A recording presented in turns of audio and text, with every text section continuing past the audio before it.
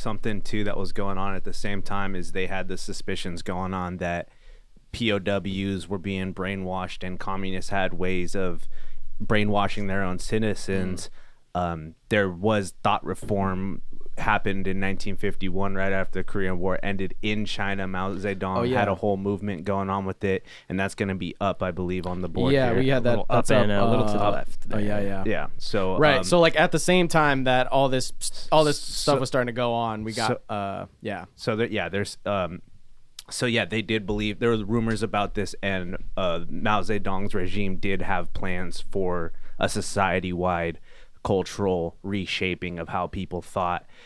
So there's 3 anti and 5 anti were the thought reform. I forget what exactly it translates to, something different slightly, but thought reform is just like the American translation. But they started surveillance campaigns, propaganda campaigns. They made people denounce ideologies because those people that were studying abroad in different countries, they made them denounce that and say that, oh, you trying to learn those things is against our party.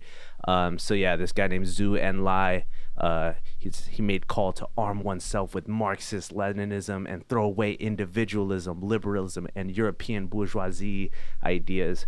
They banned sociology, economics, political science, and their goal was to create the new socialist man, which was like the ideal citizen for what they wanted their society to be. And then they had these things called struggle sessions too, so where if you weren't abiding by how they wanted you to be, they basically would rat you out to the party, and then like the whole block would just roast your ass and grill you in public and scream at you and talk shit to you and call you a failure and call you a piece of shit and all this stuff, so that you get nailed into your brain that you're not benefiting the party. The party's mad at you if you're not believing in what they want. So there was a massive campaign that came out right before, even before MK Ultra officially kicked off. Like they had the suspicions that something like this was ready to go down, and they weren't wrong. Right. So. That's crazy. This was just sort of boiling on the surface. I can only imagine what sort of methods they were using on an actual prisoners of war at like black sites on their own terms.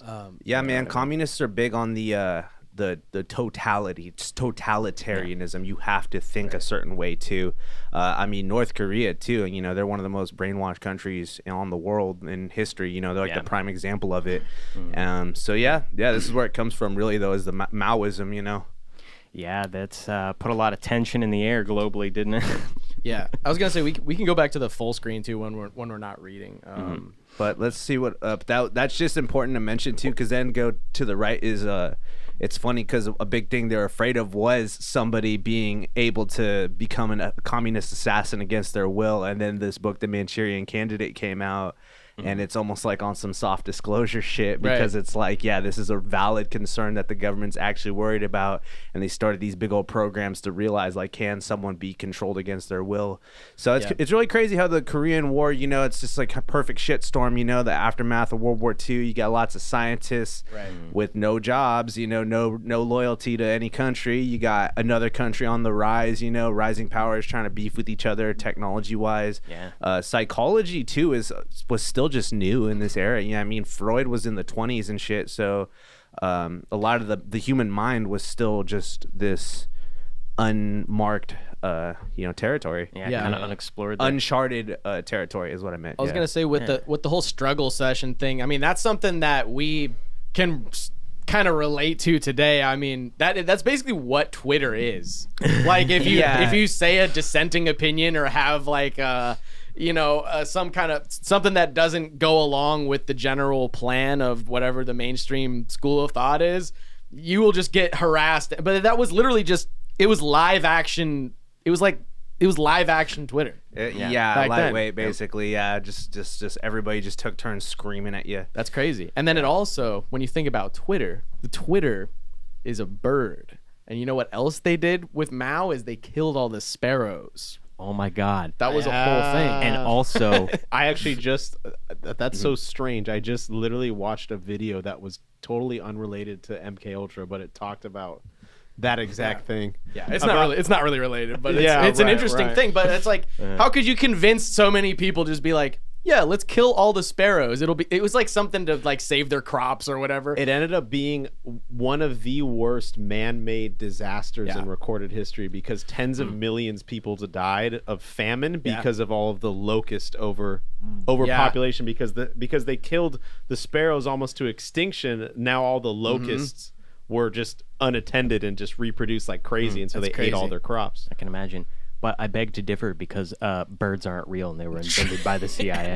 True. Well, actually, no. Birds used to be real, and then all the Maoist Chinese killed them all, and then the CIA had to replace the bird reserves with the fake birds. Fake birds. Oh, That's the real. That's fake the real. birdception. So I mean, cracked the code. with all this stuff that was going on, it's not the exact. It's not a straight up Clockwork Orange, like sit you down into a room with your eyelids open, put, just like forcing you to watch it. But it's the social pressure and the social, I don't even know, like it was just a way to control people at large where, controlling a whole society is that's, fuck, what am I even trying to say here? Like trying to control a society at large, you have to use different techniques than when you're just going for one specific person, in a small room, and you're like, I'm gonna turn this motherfucker crazy. Which is using the power of groupthink and peer the pressure. And again, too, it's the prisoners of war had been coming back disavowing the United States again because of they were like disavowing what they were doing in Korea and.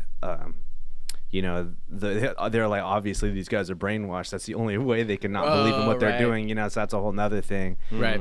But they were brainwashed. It just happened to be a good enough reason to expand the oversight of their brainwashing and mind control programs. Right.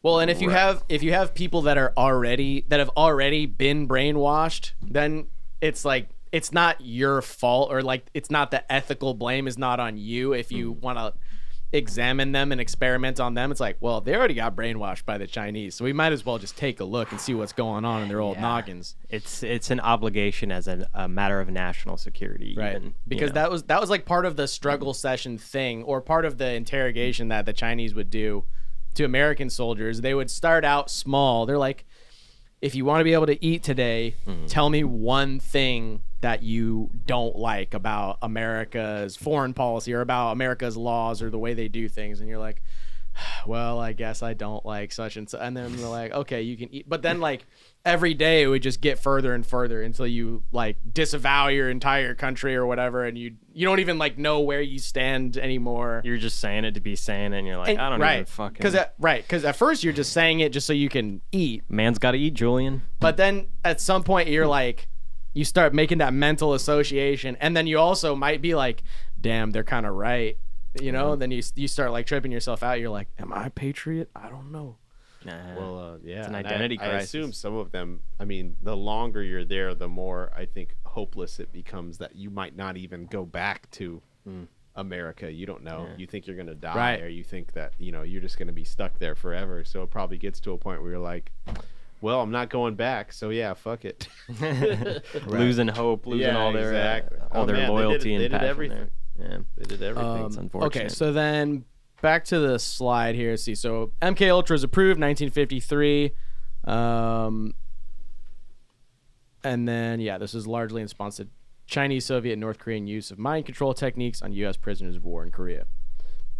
And then you've got Operation Little Switch right after that.